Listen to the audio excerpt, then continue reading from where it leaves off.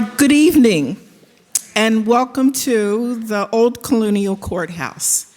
I am Elena Lawton, and I'm a member of the board and also part of the program committee here for Tales of Cape Cod. Tonight's speaker is Skip Finley, who is the author of Whaling Captains of Color. And our sponsors are Greg and Barbara Masterson, Lucy Loomis and Dan Santos, and myself and my husband, Art Lawton. So let's give a round of applause.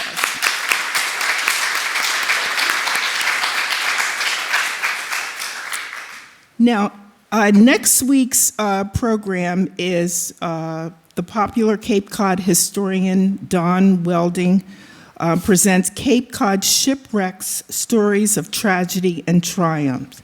And that will be sponsored by Avery Revere and Friends of the Barnstable Harbor. So, tonight, following the program, the books will be sold, and we will have a wonderful reception prepared by our famous Jude Martin. So, take time for that after the program. Now, about our speaker, Skip Finley is a retired broadcaster who built his career in radio, becoming a well-known executive and station owner. His career included responsibility for 44 radio stations, 5 that he owned, in 18 markets, and includes successes with radio networks, syndicated programs, formats, and a satellite channel. Skip has written articles for the Vineyard Gazette, Martha's Vineyard Magazine, Island Weddings Magazine, the Providence Banner, MVM Quarterly, Martha's Vineyard Museum Publications, Sea History Magazine, and Cape Cod and the Islands Magazine. His book, Whaling Captains of Color, America's First Meritocracy, was published by the Naval Institute in June 2020 and has received impressive reviews. His writings are liked because he relies on primary sources whenever possible, and it's not a repeat of what others have written. So at this time, I'd like to introduce you to Skip Finley.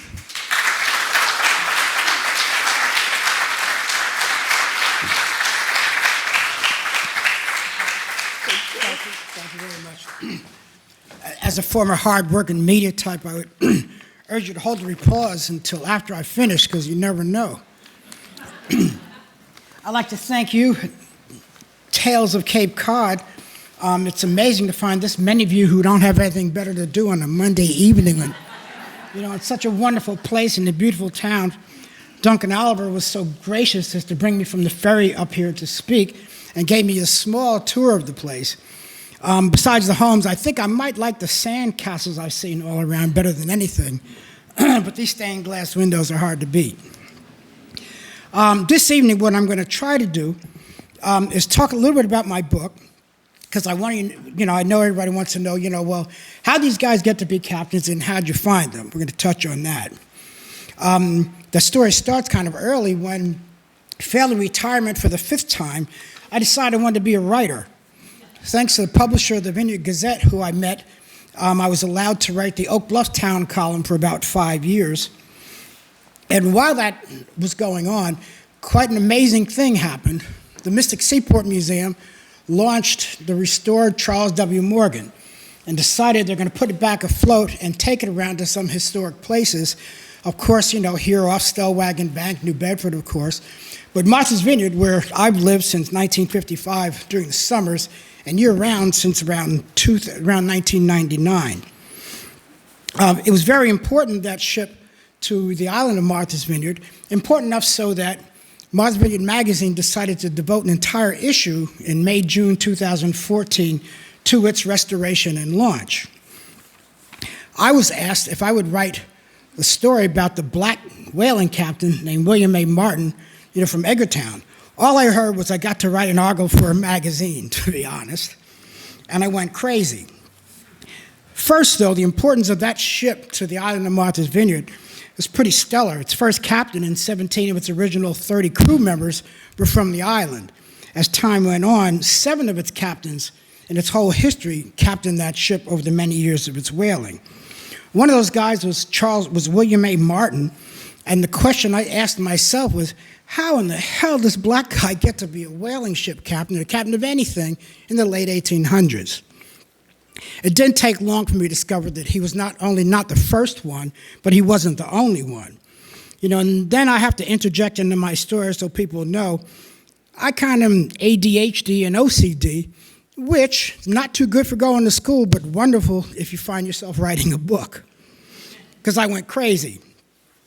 I just to find the answer of how this guy got to be captain, I started buying and reading whaling books. It was maybe a month and a half or 2 months later, and my wife, who pays all of our bills, I'm entrusted with an ATM card and a very small allowance. I do our taxes because I'm not crazy and I cheat. But she came in the office and says, "What's going on here? You spent over $1,400 on books in the last 2 weeks." So I'm like, "Oh yeah, I'm trying to find out," and told her the story. She says, "Okay, fine, you're busy, you're in your office, we'll just leave you alone." Not too long later, those 140 books on whaling became 160, or except for Richard King's, who was supposed to have been here tonight, and I hope you get to speak with, sometime soon. Richard wrote a fabulous book. It's the only whaling book I don't have yet, but it's on the way via Amazon. He's also a fabulous illustrator. But along with those books, I read a bunch of monographs, master's and doctoral theses. I've interviewed descendants of whaling captains. I've studied museums. I've read up on the experts, Starbuck, Hegarty, and Judith Lund. And of course, I've read the entire interweb. What I found out from my publisher, though, after I sent her my 185,000-word manuscript, in the email, "Well, how many words is this supposed to be?" And she said, 70 or 80,000. I'm like, oh, yoy. Turned out it's a lot easier to cut words than to add them. So 80,000 words later, I learned that I could not use Ancestry.com or Wikipedia as a source. So I leaned very heavily on what were called the Seamen's Protection Papers, for those of you who haven't heard of it. This was a document authorized by the 4th Congress in May 1796 to protect American merchant seamen from impressment by the British. You'll recall we were at war with the British a few times in those years, 1766, the Revolutionary War, the 1812. Then there's some times after that in skirmishes. From those papers was prepared a thing that we call kind of loosely the crew list at this point. And that defined men of color, which was Negro, mulatto, Indian, black, brown, dark, yellow, or copper-colored persons. These were free black men, former slaves, West Indians, American Indians, Cape Verdeans, Kanakas or Hawaiians, Maori, Portuguese, and South Sea Islanders. They were not African Americans. I like to say that because, slaves were certainly not Africans, and they weren't Americans till the 1965 Voting Rights Act, I like to say. What put that all together was in the last Great Depression, the Workers' Progress Administration was charged with finding ways to pay people for some amount of work. So they would gather artists together, and they would take these Seamen's Protection Papers and list them all on index cards. Those index cards are literally at the New Bedford Free Public Library, and at the Whaling Museum. But at that Free Public Library, there are 130 file drawers, each with between 1,500 of these cards. I know that because I went there and read every single one of them. I made copies of many. I had copies made, but at 25 cents a copy, it was a lot cheaper to buy my own scanner, and I did it myself. From that, thanks to the wonderful folks at the New Bedford Whaling Museum and the Mystic Seaport Museum, using Judith Lund's work of collating all this information about whaling. This is now available on a website called whalinghistory.org, and if you think that one of your antecedents, was a whaling captain, you can punch their name in, and it will tell you. Chances are you're going to find that they were not. On Cape Cod, whaling included 14 towns from 1785 until 1920. The largest, of course, was a place called Provincetown, you may have heard of, way up at the top. And thanks to a video a friend of mine shared with me of a man named George Bryant, who was literally, in this video, walking through a cemetery in Provincetown saying, that was a whaling captain, that was a whaling captain, that was a black whaling captain, that was a black whaling captain. And seeing that, I, of course, lost my mind. When I say lost my mind, I probably ought to quantify that because a lot of this information I'd like to share with you was, rather finite quantifiably. So I think my tab for this book now is pretty close to $40,000. I've made much of that back selling books. Thank you, Titcomb. I really appreciate that. Support your local independent bookseller because there are not many and there are not going to be many left. Anyway, all of whaling was conducted in 75 ports. Only eight of them, were from southern ports.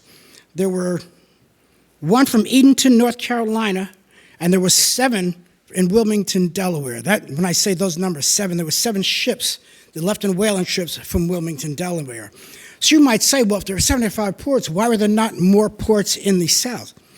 Well, thanks to the Fugitive Slave Acts of 1793 and 1850, that was when a person who owned slaves or thought they owned slaves or wanted to own slaves could point a black person out and say, that's my slave and I want them back. That included on ships. So when whale ships went into, say, Charleston, South Carolina, the people of color on board may have to stay in jail overnight or may have to stay in jail permanently as the ship leaves because they may have been fugitive slaves. There's too much money involved for that. So whalers said, that's real easy. We'll do our business in North where these men of color can stay aboard our ships where we want them to be whaling and not enslaved.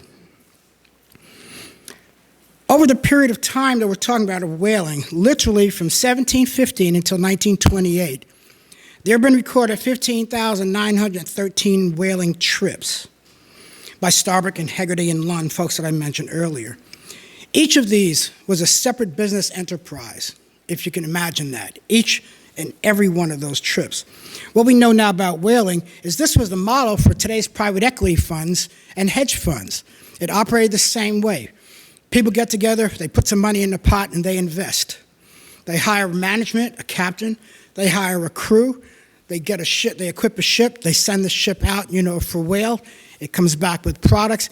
They take the amount of their investment back off the table, which is about $50,000 or $60,000, and they share what was left with that on an incentive basis called a lay with the rest of the crew. As it turns out, it took another 100 years until 1918 when someone finally legally proved the whale was not a fish but was a mammal. So we slaughtered the largest creatures that have ever walked the earth for 100 years before we even knew what they were. Now, of course, we've learned sperm whale meat has a laxative quality. Good for them.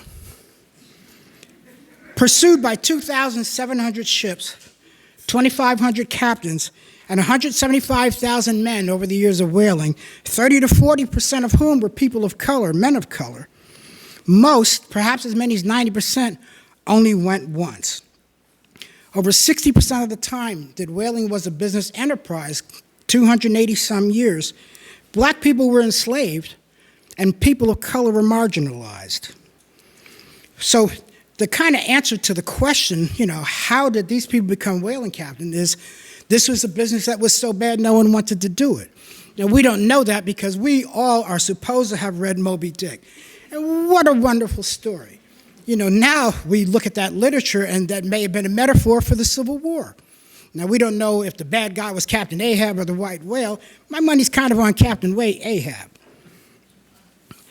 But when we talk about, the business and how bad was it, the business model was to find a whale, kill it, cut it up, melt it down to oil, fill the hull, and return home. Turned out it was the second most dangerous occupation after mining. Some of the features of whaling: boredom, cannibalism, inadequate clothing, desertion, disease, poor food, odors from hell, bad and inexperienced management, barbaric medical care, mutiny, parsimonious owners, poor pay, piracy, cramped quarters, vermin infestation, frightening weather, and a few times whales that fought back. So 950 of these 2,500 captains at some point of their whaling career were replaced for some reason having to do with their inability to finish the trip. It might have been they were killed. It might have been they got sick. a myriad of things could happen. One I saw was, two knuckleheads for some reason playing around with gunpowder and blew up the first mate and the captain. But when you're 1,200 miles out to sea, no one cares who the captain is if he can get you home with the cargo. And that's how these people of color got their occupational promotion to captain, was replacing a captain that could not finish a trip. Now, some things get blown out of proportion in whaling. First, I've kind of killed the romance, I think, right? Just the boredom was bad enough, but cannibalism too, really? There were 71 mutinies. That doesn't sound like a lot, particularly when compared to 15,913 trips. But there weren't that many mutinies, so anytime there was one, it made worldwide news. Only 48 known captains were actually killed by whales. I say known captains because about 25% of all whale ships never returned to port, so we don't know what happened to them. Maybe it was mutinies, maybe it was whales, act of God, we don't know. And then finally, only 7 ships were ever attacked by a whale to begin with. Flying in the face, of course, the Pequod, all right, which is the fictional boat, but not so much for the Essex, which is the real deal. When Nathaniel Philbrick wrote, the warship Essex, the whale ship Essex. These are the times when Harper's Monthly, a whaler, was quoted as saying, "There's 2 kinds of whale.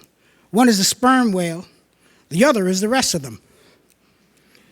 So over this period of time, we know from 1804 till 1931, we killed about 300,000 whales.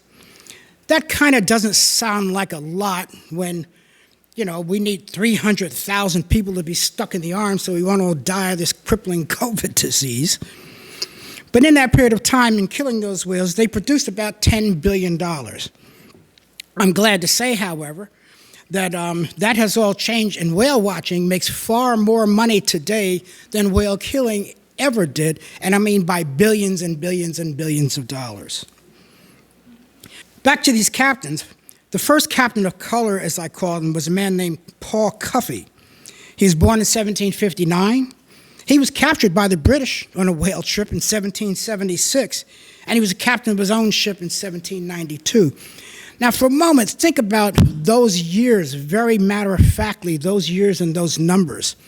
Slavery was outlawed on Nantucket in 1775. Slavery was outlawed in the state of Massachusetts in 1783. When we think of slavery, we think in terms of 1865 or 100-some years later after all of this occurred. So this whaling had a whole lot to do with the end of slavery in America 100 years before it actually happened. I know I talk too fast.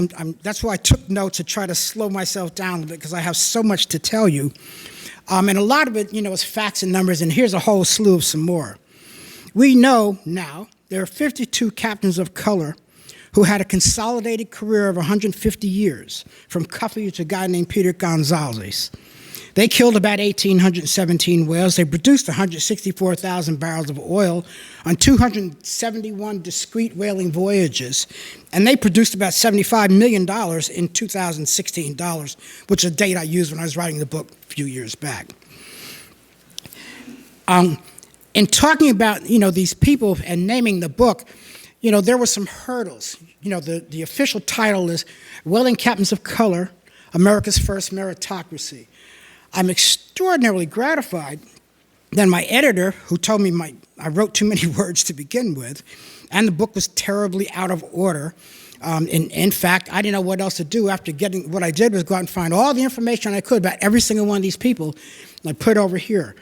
And then I had all the information, said, okay, this is going to be a book, what am I going to do? So, chronologically, why didn't I report on all of these men on the year they became a whaling captain? And that's what I did.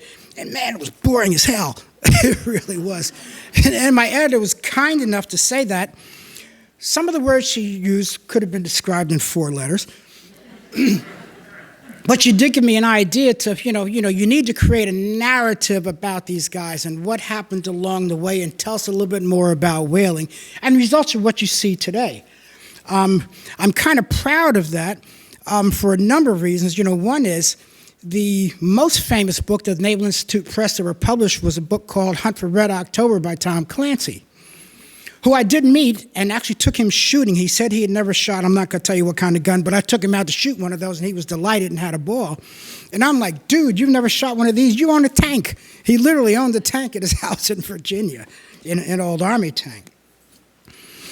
But back to that title, editor says, no, your job is to make sure that people don't put the book down. Ours is to make sure they pick it up. So we picked the cover and we picked the title. So I said, okay, that's cool. But how do you like Whaling Captains of Color, America's First Meritocracy? Not so bad. We'll work with that. Well, research went into that because at first it was about black whaling captains. Well, how do you describe someone as black who does not describe himself as black himself? Beginning with indigenous people like Native Americans and ended with the Cabo de Verdeans, the Cape Verdeans, who ended the whaling industry itself. So I spent you don't know this about me. I was really good in the media business. I was pretty good and very well known in the radio business. I am a professional researcher. That's something I'm really good at. I've conducted research that has changed the measurement of radio listening when it was called Arbitron and now Nielsen and things like. So I had some skills, shall I say, in this area.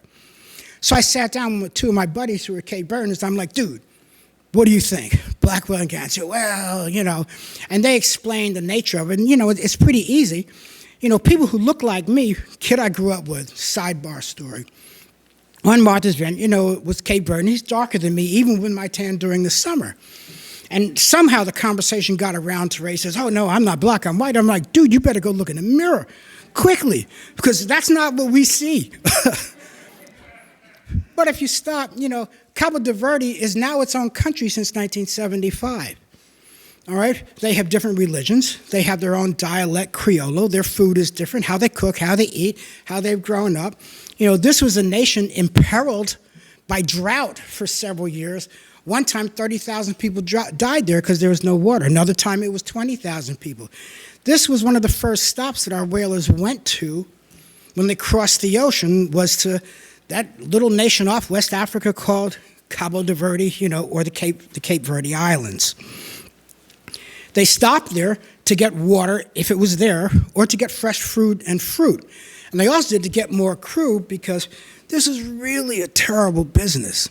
Where I live on Martha's Vineyard, there's the beautiful Edgartown Harbor with the Edgartown Lighthouse, which you may have heard of. Many, many years ago, the lighthouse was actually a house, and there was a wooden walkway leading to that house, and they called that the Bridge of Sighs. And that was where the young, blonde, blue-eyed young man would walk out to make out with his girlfriend the night before his whaling trip, because he knew when he came back he was going to be rich and build the big white house with the black shutters on the water, and they would get married and have children and live happily ever after. I think he got about 4 miles to sea by what we call Green Number 3 down in Mutton Shoals, and he was sick as a dog and wanted to get the hell off that ship. And we found over the years, what we learned is 40% of the people who went whaling deserted. This is a business of 175,000 people where over 90% of them did not take a second trip. And most of them wanted to get off the boat as quickly as they possibly could, which is in Cabo de Verde. Well, of course, the end of the story was, because life was okay but not really great for Cape Verdeans, they were the ones who would buy the whaling ships at the end of the industry for a dime on a dollar and change them into what's called a packet ship that they would use to go over to Cabo de Verde and bring their people back and take them the goods that they lacked. So that's why I sat down with my buddies and said, how do you guys, like to be called? And they suggested persons of color. And all of a sudden that was brilliant, because that also included the indigenous people. Sidebar about that. Around about 1740, Martha's Vineyard, Nantucket, to a large degree, Cape Cod, to some degree, the Shinnecock, in Long Island, there was no such thing as a Native American, indigenous person going back from when they were born, because we were encouraged to intermarry with black people under the guise of, if you have children, your children will never be slaves. Well, that wasn't true. Native Americans never were slaves after 1607. And it was also not true because now you are no longer a Native American, and now you're not entitled to those tribal lands. We can keep those lands. But it happened anyway, and it is what it is. So people of color made a lot more sense in trying to describe them by some narrow ethnic background, that was probably insupportable. I wanted to also use this evening, as luck would have it, there's some new news about whaling that I want to spend a little bit of time and share with you this evening. A new friend of mine named Barbara Coffey is the finance research librarian at Princeton University. In June this year, she published a piece called The 19th Century U.S. Whaling Industry.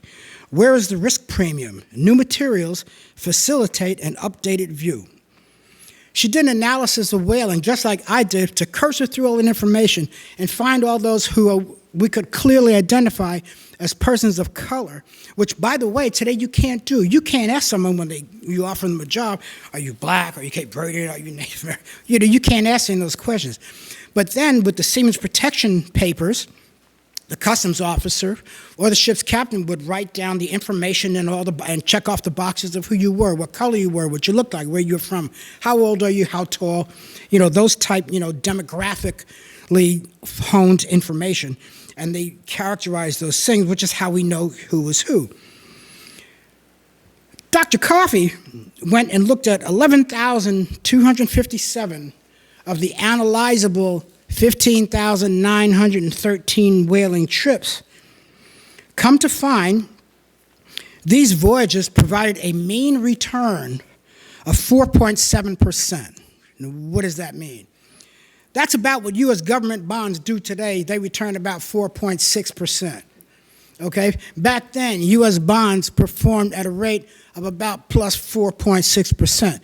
There was no risk. You put up $10, you get $10.46.7 back is what that means.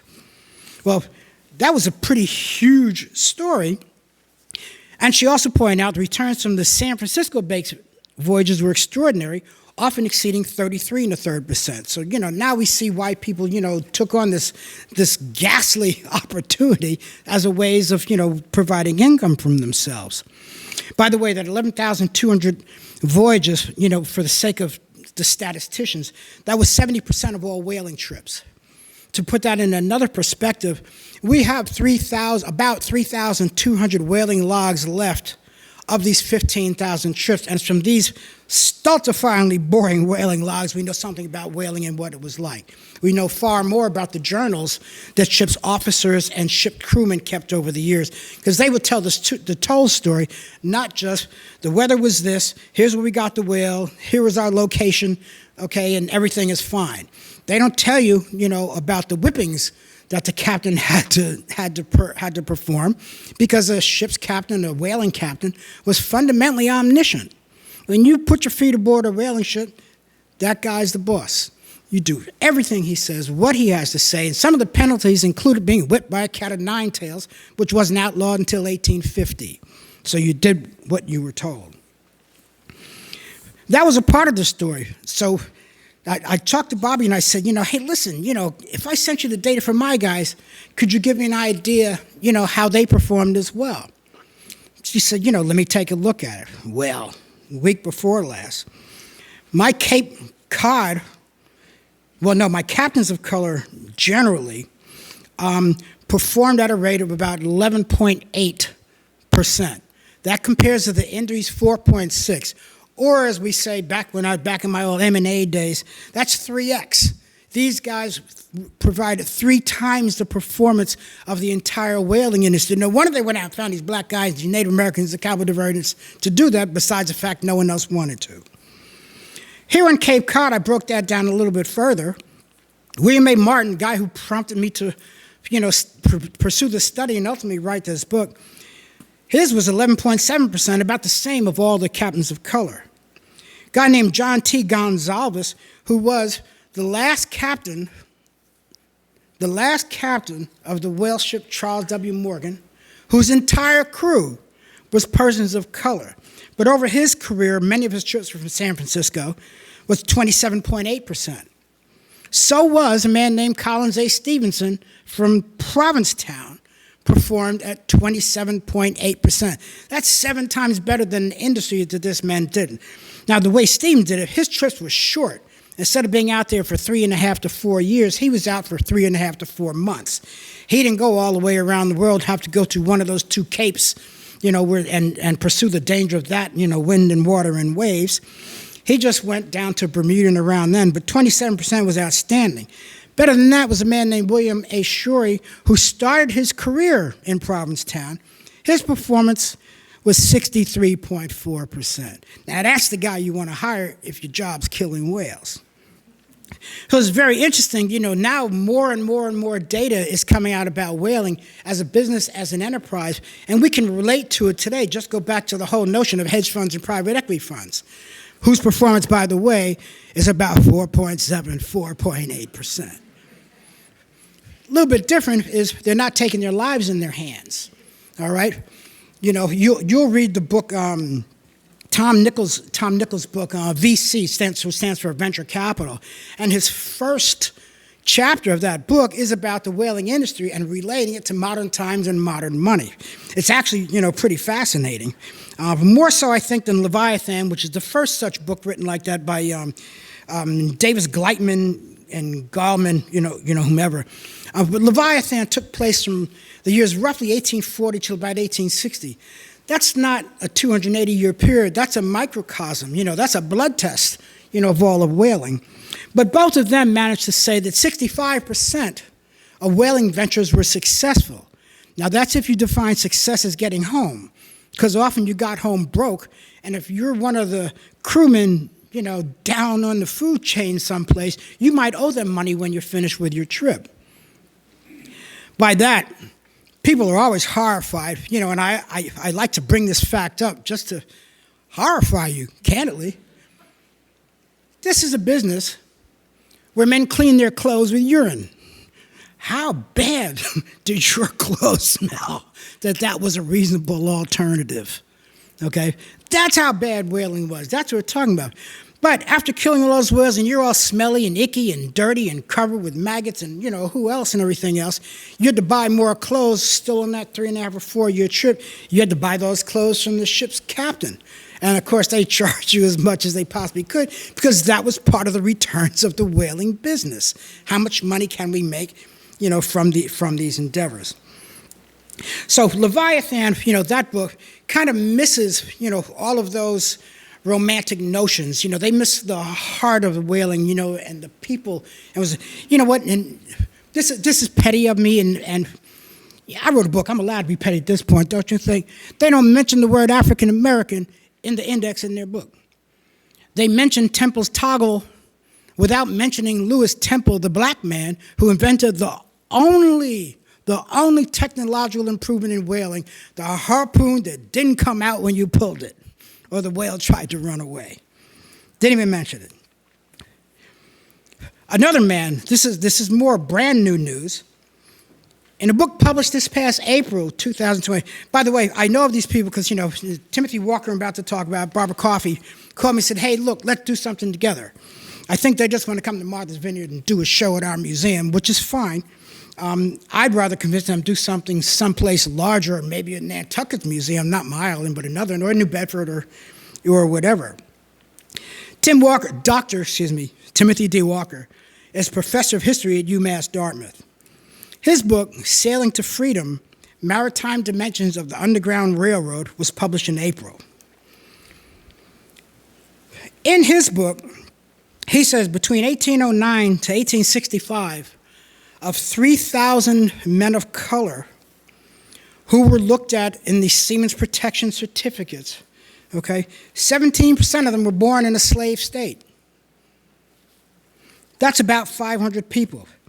If you multiply those numbers times all of whaling, 15% of them, now you're up to 5,050 people out of 175,000 who went whaling who may have been slaves formerly. Now, someone in one of these Zooms said, well, Skip, did any slaves, any runaway slaves become whaling captains? I said, I don't know, but if they did, they did a very bad job of it. because people are not going to want to know that you're a runaway slave. That's something you would tend to want to keep to yourself. So expecting quite a bit of news in this area, largely because just rationally, none of us were there, but if you think about it, if you're a slave in Resume Speed, Mississippi, or wherever it might be, how would you get away? You got a half-hour head start before they let the dogs loose. They're probably going to find you. But if you're on a river or if you're on the coastland, there's no dogs chasing you. Okay, we do know that Pardon Cook, was a whaler, one of these captains who helped slaves escape from slavery. We do know on the island of Nantucket that community over there saved several escaped slaves from getting taken back in, to slavery, because they wanted these people to work on these ships. The people who fought most and hardest against slavery, besides the abolitionists we know about, we forget the Quaker community, the Friends, the ones who run from Britain themselves, pursued and hassled by the Pilgrims even here and the Puritans. They understood that people should be entitled to live their life as it was. Doesn't mean that they were into, come over my house for dinner. We're not saying that. We're not talking full integration. But they didn't think people should be enslaved. And it made more sense for them to work on these ships. They had several good reasons for that, of course. One was, when they founded Nantucket and the Europeans came, they brought their diseases with them, and the indigenous population died off, the ones who had taught them how to whale in the first place. So the black people and the Cabo de Verdeans replaced the earlier people who knew about whaling to begin with. Duncan Oliver, in fact, it was really cool. I got into an argument with some folks down in Southampton. Duncan Oliver, you don't know, wrote the book, Cape Cod Shore Whaling, which I reference in my book, as a matter of fact. That was a little skinny from History Press. He's given me a signed copy of the larger one, this evening. But that was how whaling started. And down in Southampton, when I gave my speech, the folks in Long Island were saying, well, we were the first, our Native Americans were the first whalers. And the Cape Cod says the same thing, and Nantucket says the same thing. Martha's Vineyard says the same thing, and I get to brag because there was an old deity named Moshep who talked about whales and whaling before there was the internet or TV or radio or books or writing or printers. So I delight in that. I might not be right, but I've got the microphone right now, and Duncan's sitting out there. I want to leave some time for some questions. I'm going to try to dance out of here and scurry back and get back to my island. But I thought, in honor of the Charles W. Morgan, and leaning on my own Irish heritage, if you mind, there are good ships and wood ships, the ships that sail the sea. But the best ships are friendships, and may we always be. Thank you very much.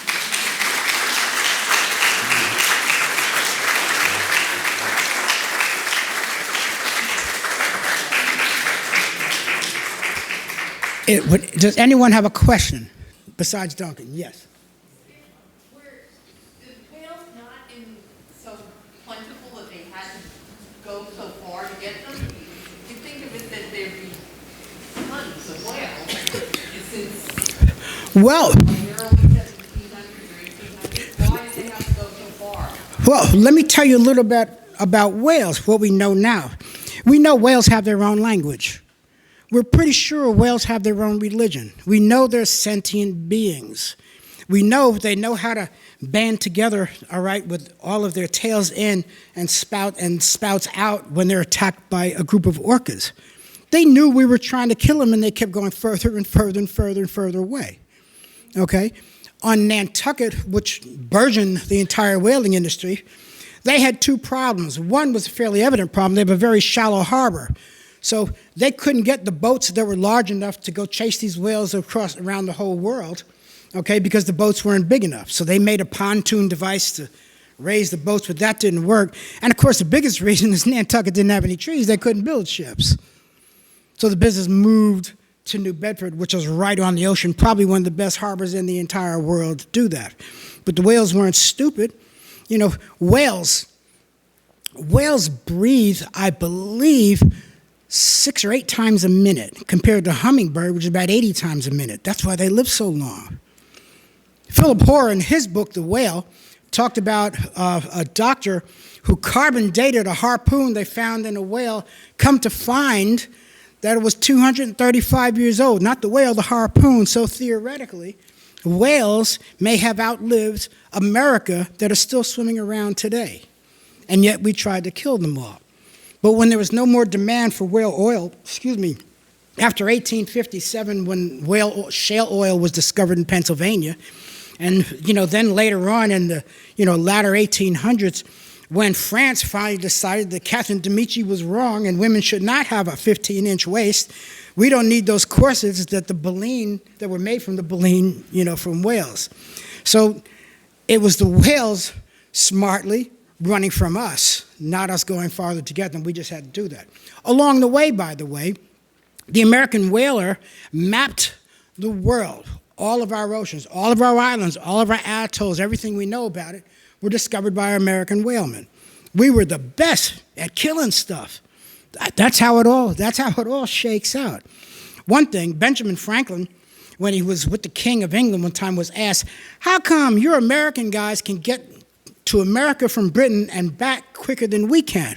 So he said, well, I don't know. So he asked his cousin, Mr. Captain Folger, and Folger said, oh, well, we've got the Gulf Stream. So if it's going that way, all right, at the beginning of the summer, we know to aim our boats this way so the current will help carry us to where we're going, and just to reverse when we get back.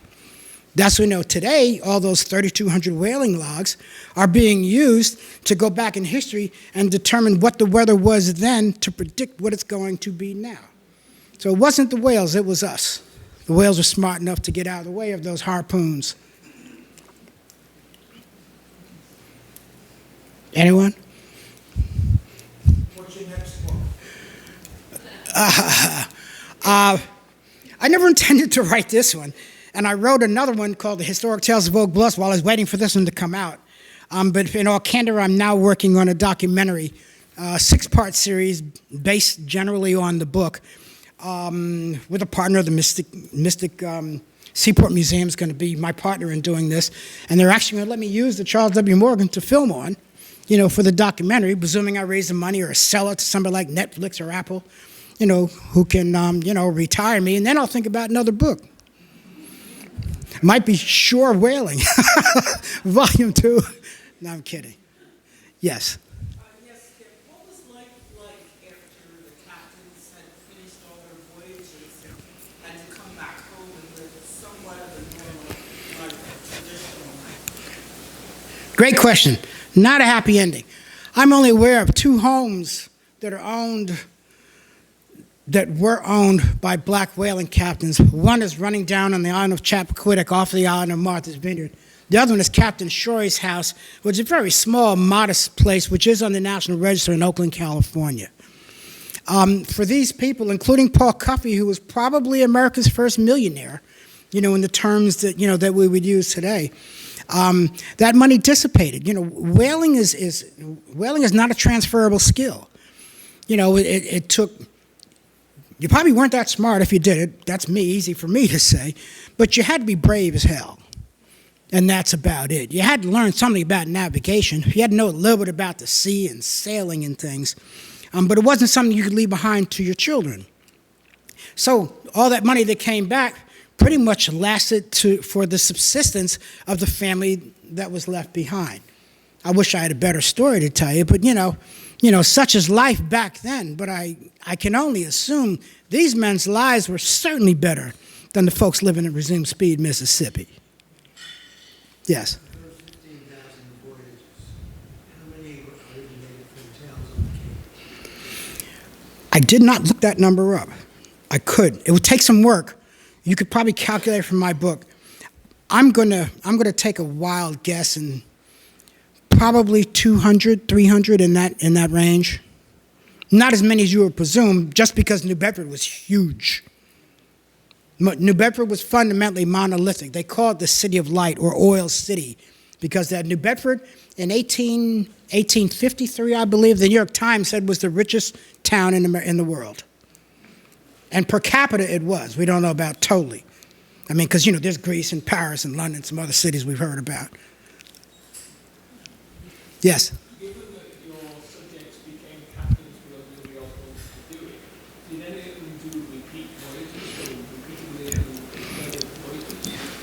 Absolutely. Absolutely. This business is no one to be. In fact, I'm fairly certain that both John Gonsalves and William Shorey completed more trips as captains of whale ship than anyone else. I'd have to research that, but I've read enough at this point. I'm fairly certain that that is true.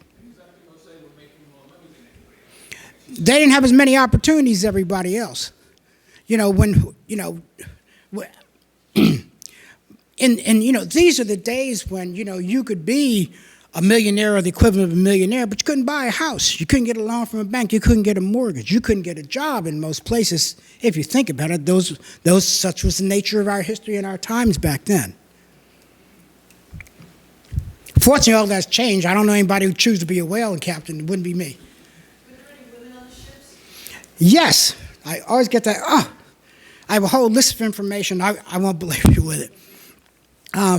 Captain Valentine Rosa, kind of a great story, funny story. He was aboard a whale ship, and his captain had his wife aboard the ship, and she was a navigator.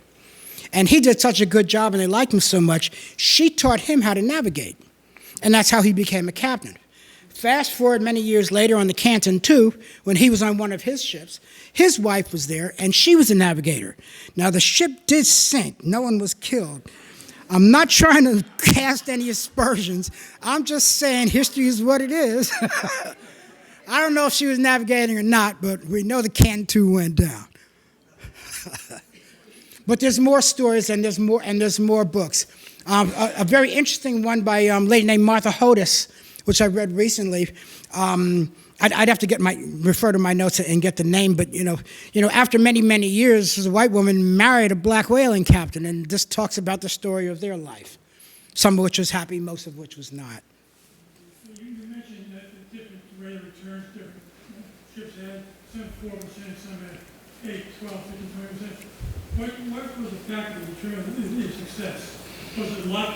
Or just have a bunch of whales? The skill of the captain, the skill of the crew?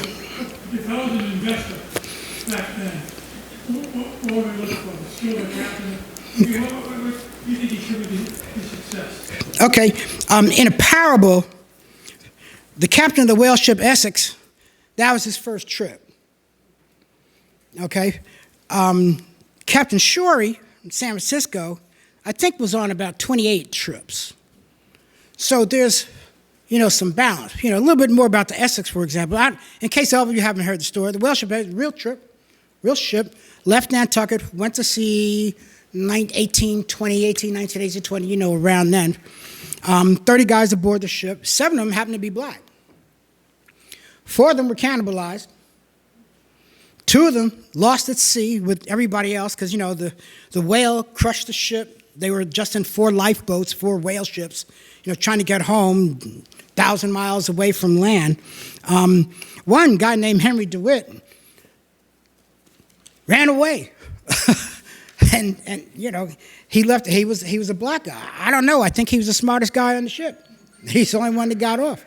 The other guys who lived took 2 years to get home, and only 8 of them made it back, by the way. So I kind of credit that doing their job. Now think about it. Your whaling trips last 3 to 4 years. The longest trip was 11 years and 10 months. Imagine that. Imagine 3.5 to 4 years, and you're on the ship with these 30 other guys, which is, did they get along? Of course they got along, because if you didn't get along with the white guy, then the captain's going to whip you. It's real easy. It was real easy. Your job: find the whale, kill it, cut it up, render it to oil, bring it home. That was the name of the game. So in terms of returns, if I was a betting man, I'd bet on the person who's been on a dozen whale trips. Because a dozen whale trips might mean 36 years worth of experience. Now, even if you only learn one thing 36 times, you got to be good at it. Anyone? Wow, this is an easy crowd. No one asked me any tough questions. All right, thank you very much.